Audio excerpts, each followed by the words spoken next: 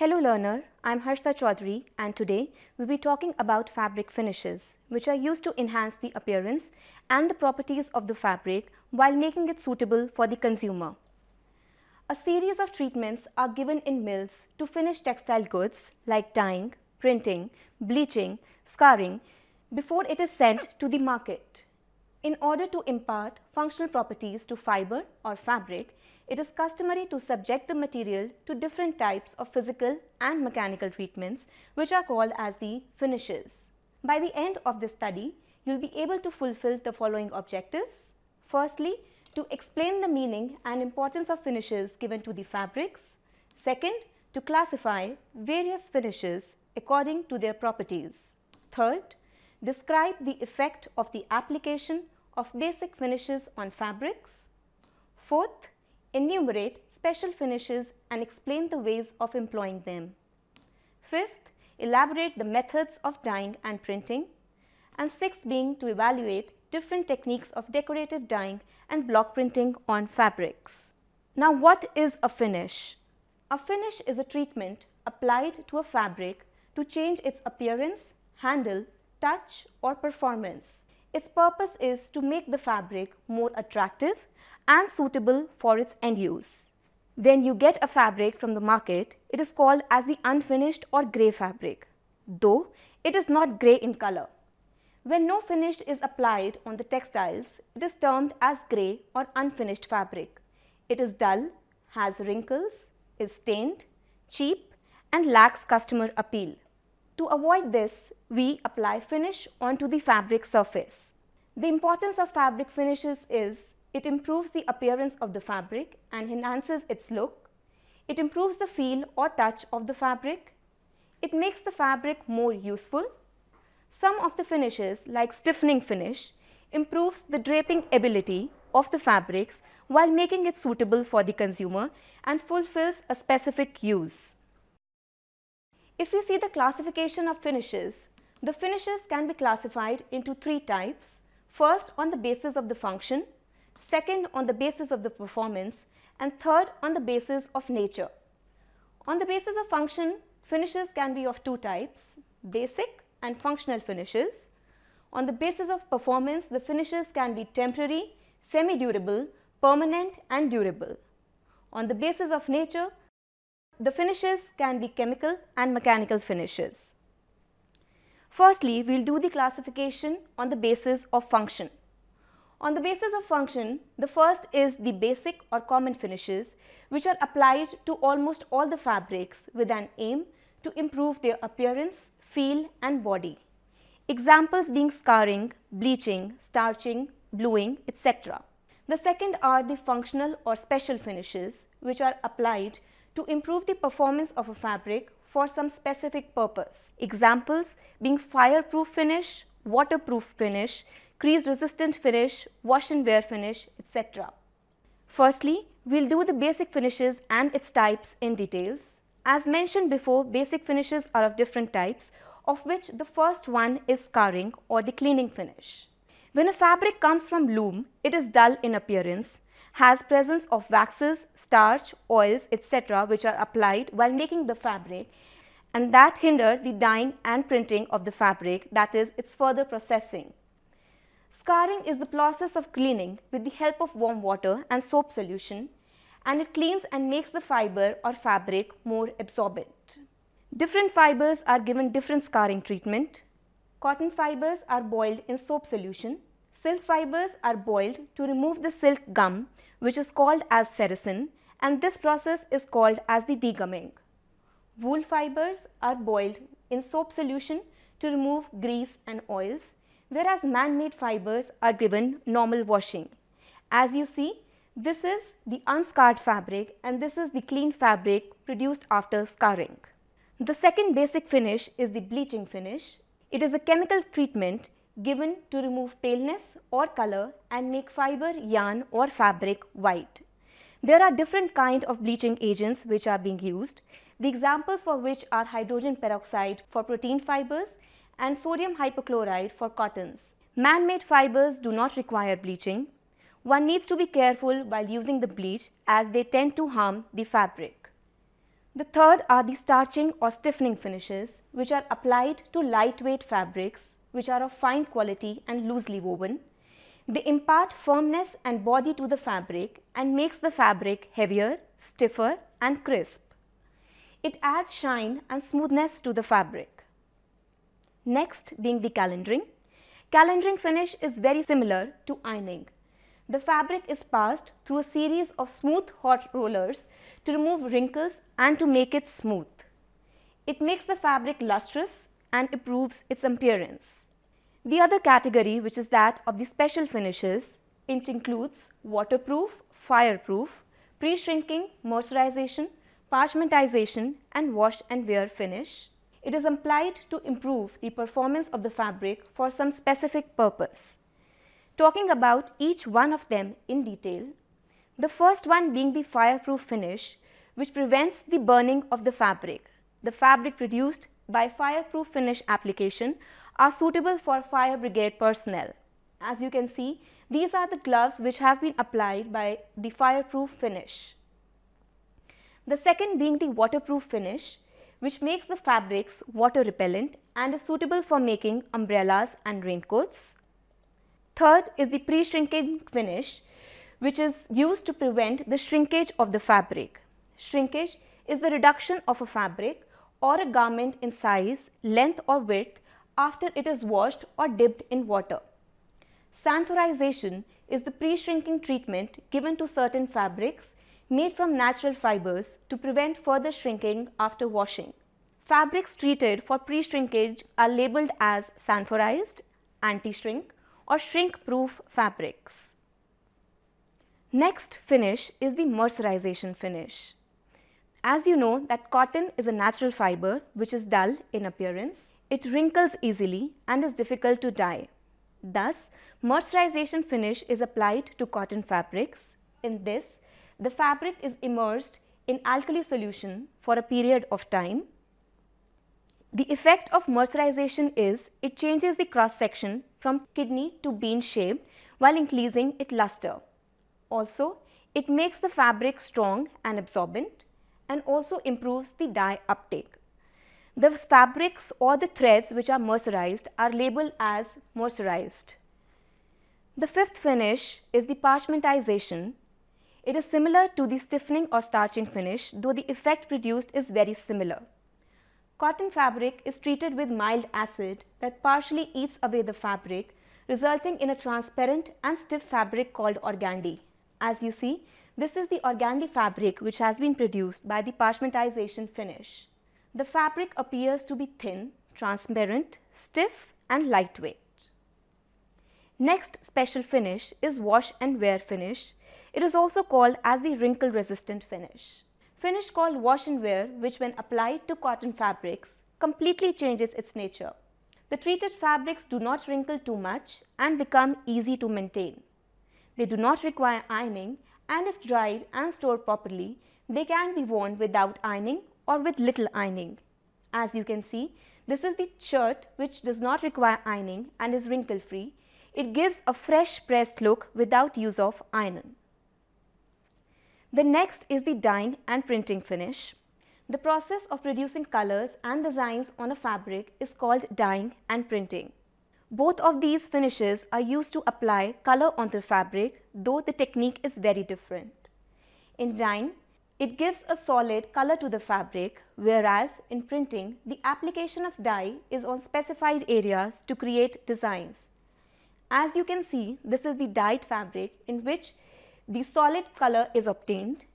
In the other one, these are the printed textiles on which the designs are obtained by use of dye.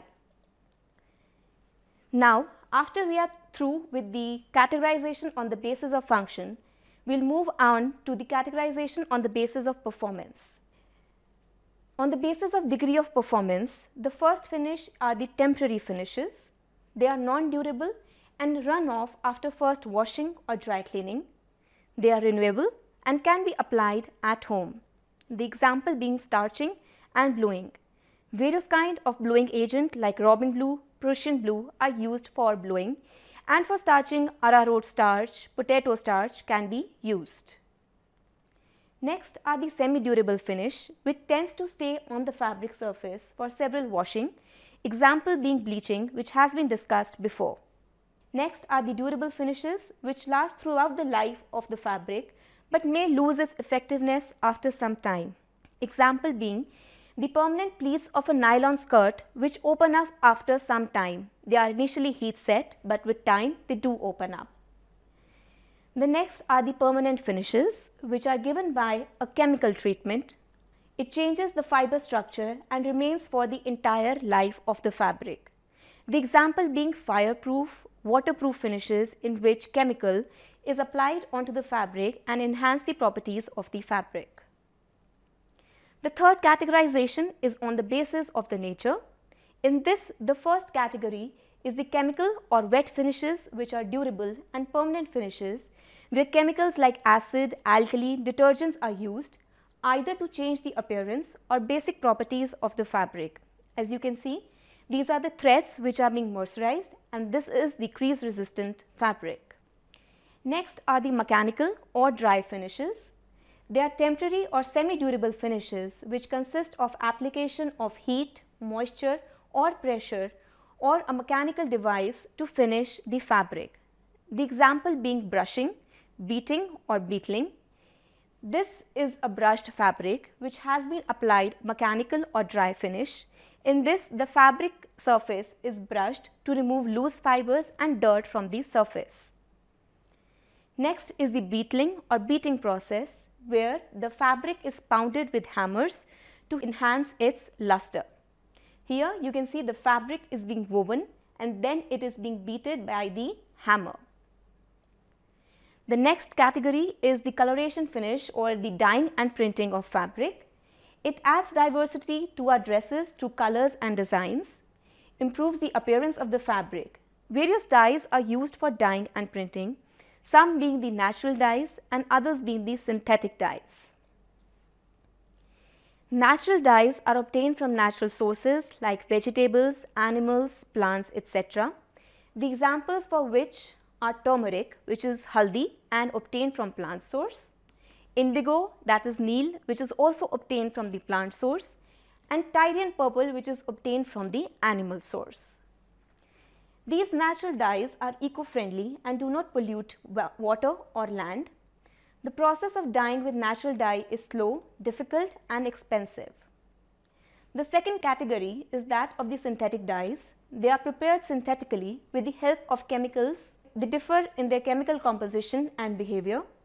They are easy to use, have better fastness than natural dyes.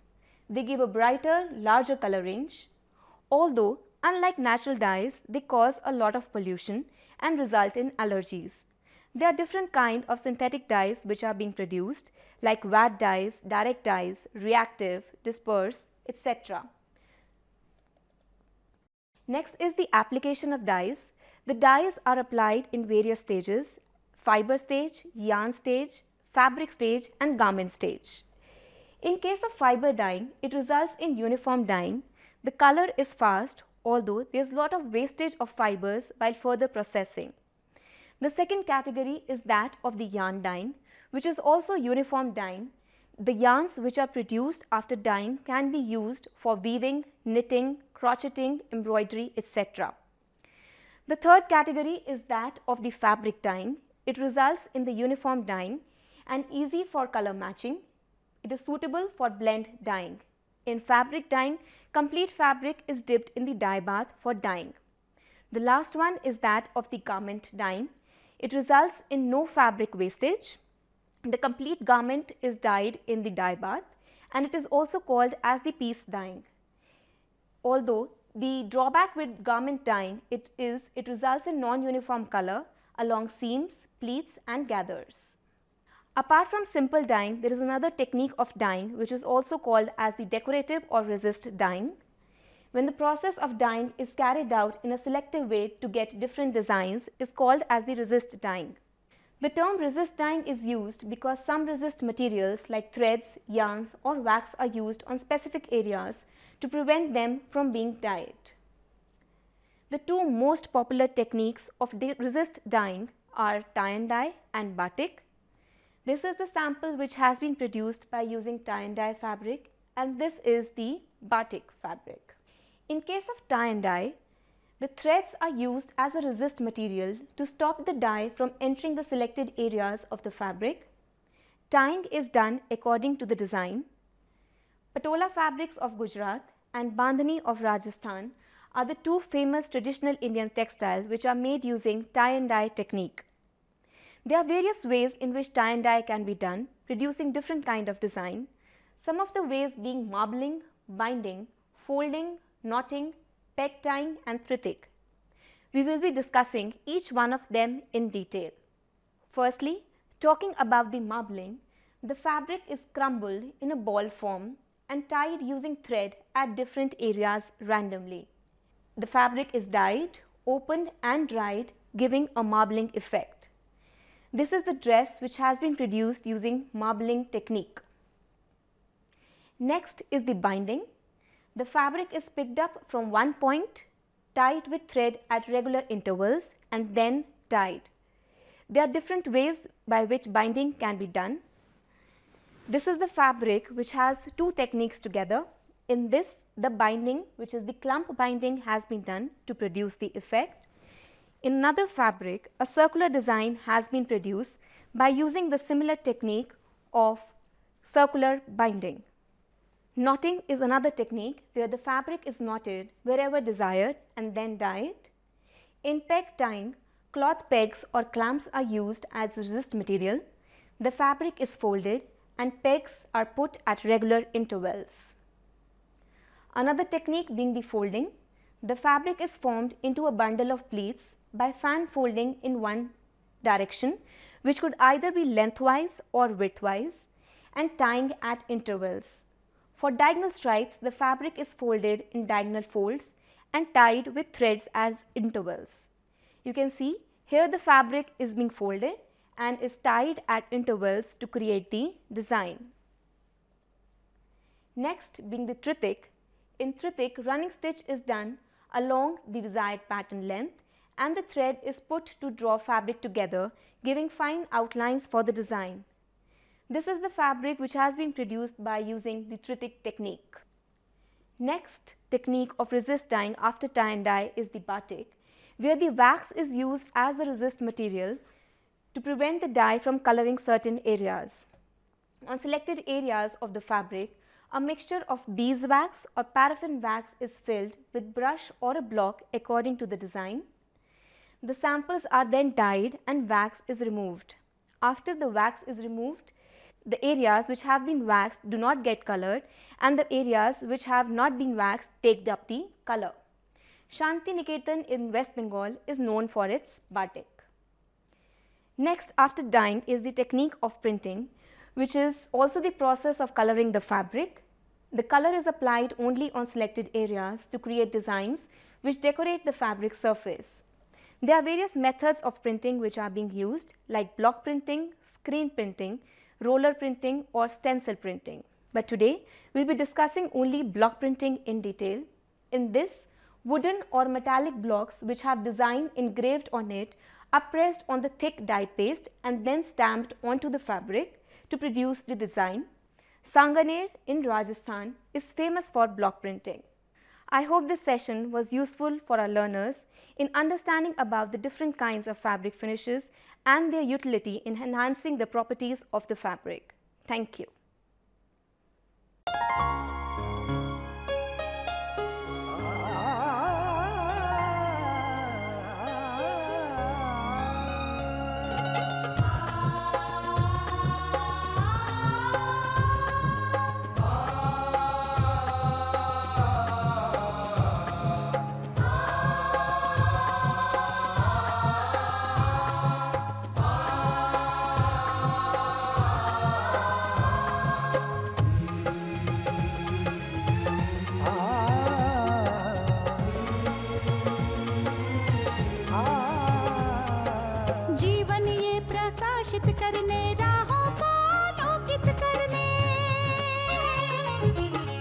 जीवन ये प्रकाशित करने राहों को आलोकित करने हम अपना दीपक स्वयं बने, हम अपना रास्ता स्वयं चुने। हम अपना दीपक स्वयं बने, हम अपना रास्ता स्वयं चुने। जीवन ये प्रकाशित करने, राहों को आलोकित करने।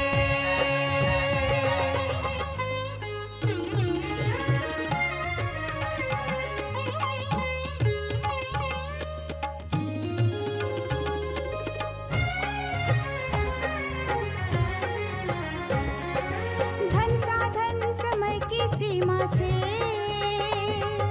विद्यालय जो मुक्त हो, धन साधन समय की सीमा से विद्यालय जो मुक्त हो। कभी पढ़े हम कहीं पढ़े, वे विषय की लोच से युक्त हो। कभी पढ़े हम कहीं पढ़े, वे विषय की लोच से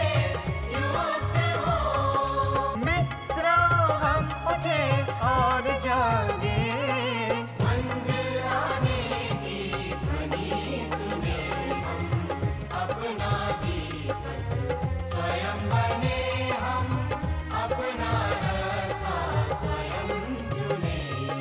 जीवन ये प्रकाशित करने, राहों को आलोकित करने।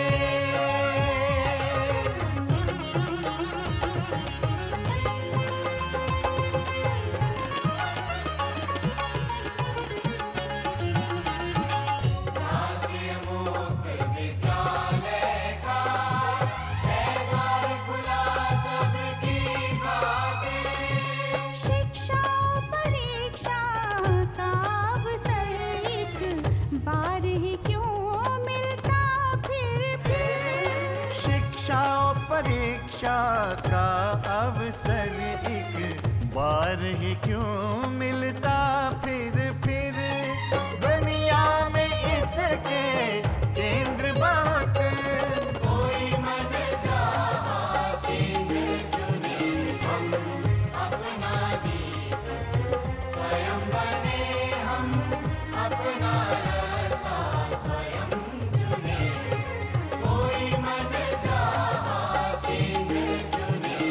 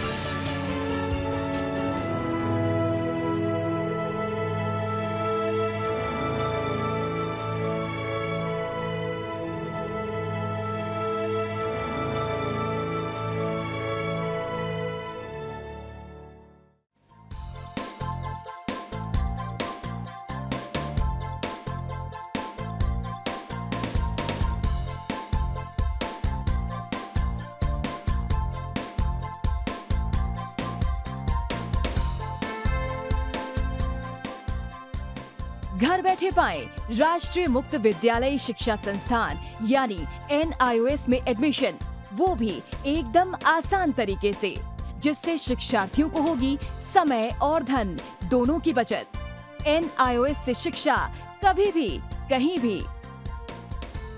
शिक्षार्थियों, क्या आप जानते हैं NIOS में एडमिशन लेने का सरल और सुगम तरीका, जिससे शिक्षार्थियों को ऑनलाइन प्रवेश लेने में सहूलियत मिलती है। NIOS में प्रवेश की प्रक्रिया पूर्णतया ऑनलाइन है। शिक्षार्थी घर बैठे इंटरनेट द्वारा प्रवेश के लिए सबसे पहले NIOS की वेबसाइट www.nios.ac.in पर लॉगिन करें। अपना ईमेल आईडी और पासवर्ड डालकर अपना पंजीकरण करें। पंजीकरण के बाद लॉगिन करने पर ऑनलाइन प्रवेश हेतु आवेदन पत्र खुलेगा।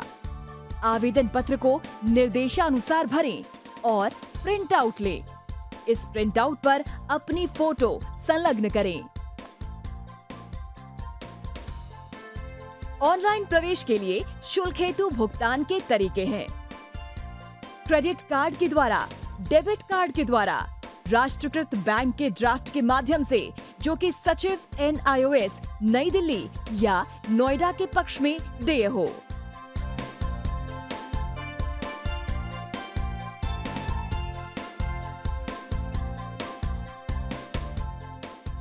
भरे हुए आवेदन पत्र के साथ साथ डिमांड ड्राफ्ट और संलग्न किए जाने वाले दस्तावेज हैं जन्म रजिस्ट्रार के जिला कार्यालय से जारी जन्म प्रमाण पत्र की सत्यापित प्रति, जिसमें जन्म तिथि अंकित हो, पिछले विद्यालय से प्राप्त विद्यालय छोड़ने का प्रमाण पत्र जिसमें आवेदक की जन्म तिथि लिखी हो, प्रवेश फॉर्म का प्रिंट आउट NIOS के संबद्ध क्षेत्रीय केंद्रों पर 10 दिनों में पहुंच जाना चाहिए, अन्यथा उचित दस्तावेज न लगे होने पर आवेदन फॉर्म रद्द किया जा सकता है।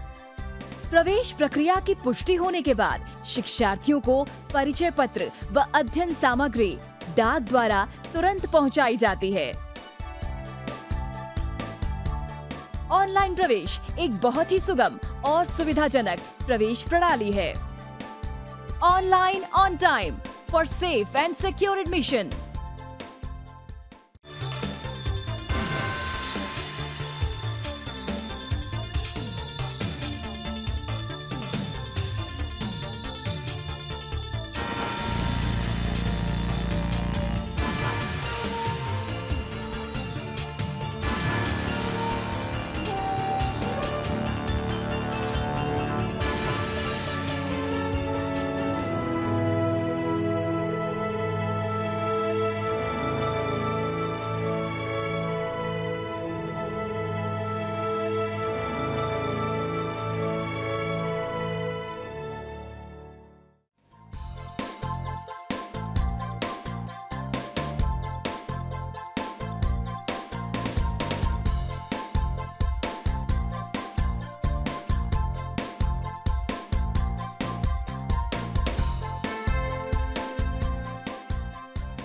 घर बैठे पाएं राष्ट्रीय मुक्त विद्यालय शिक्षा संस्थान यानी NIOS में एडमिशन, वो भी एकदम आसान तरीके से, जिससे शिक्षार्थियों को होगी समय और धन दोनों की बचत।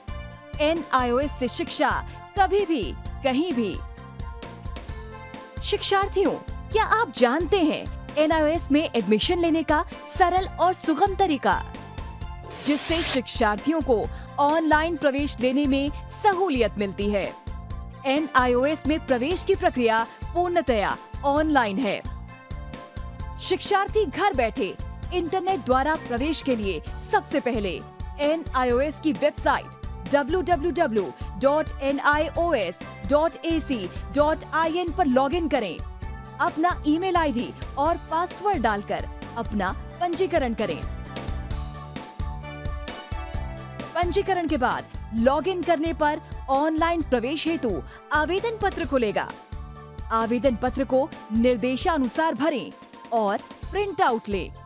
इस प्रिंट आउट पर अपनी फोटो संलग्न करें। ऑनलाइन प्रवेश के लिए शुल्क हेतु भुगतान के तरीके हैं। क्रेडिट कार्ड के द्वारा, डेबिट कार्ड के द्वारा, राष्ट्रीयकृत बैंक के ड्राफ्ट के माध्यम से, जो कि सचिव NIOS नई दिल्ली या नोएडा के पक्ष में देय हो।